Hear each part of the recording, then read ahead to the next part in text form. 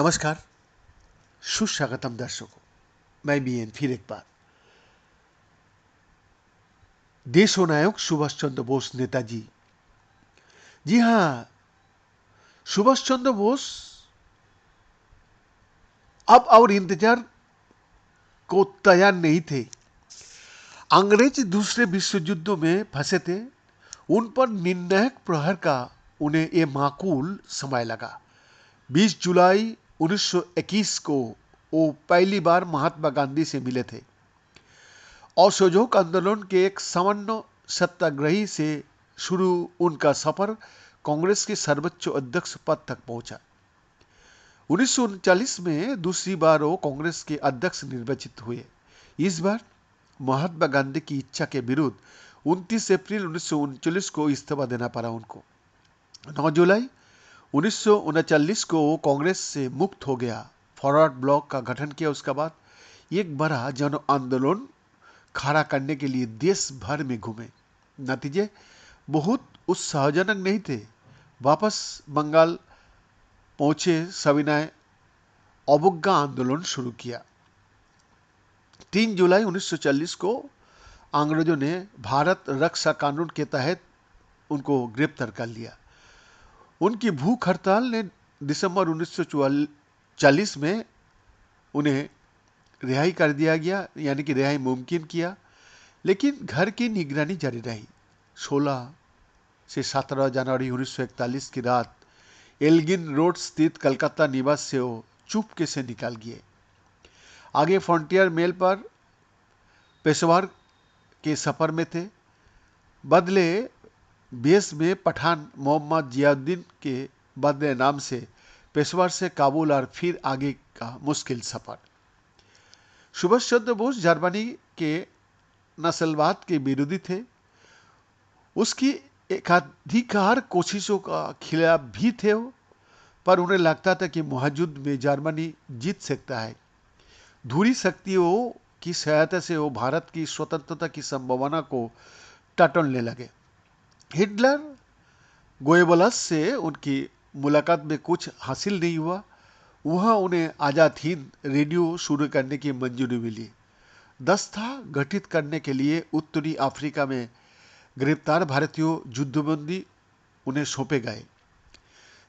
Stalingrad में Germany की हार के बाद वहां नाउमीदी और बढ़ गई।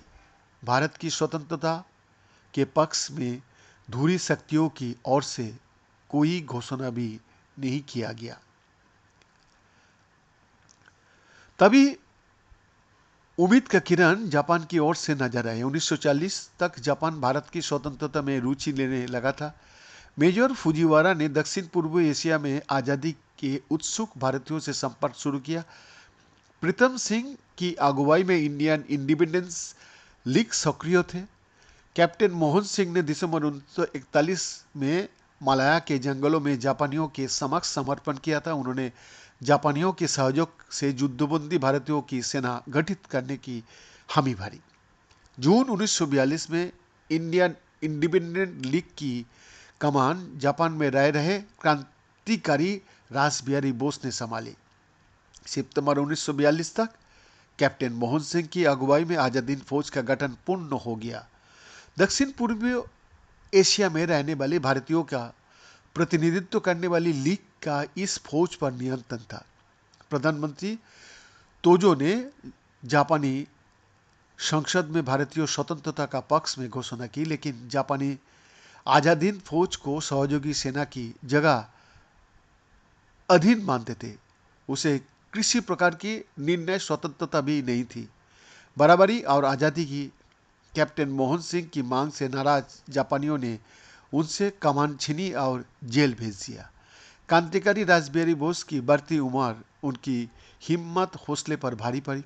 आजाद हिंद फौज का पहला प्रयोग 1943 के प्रारंभ तक विफल हो चुका था।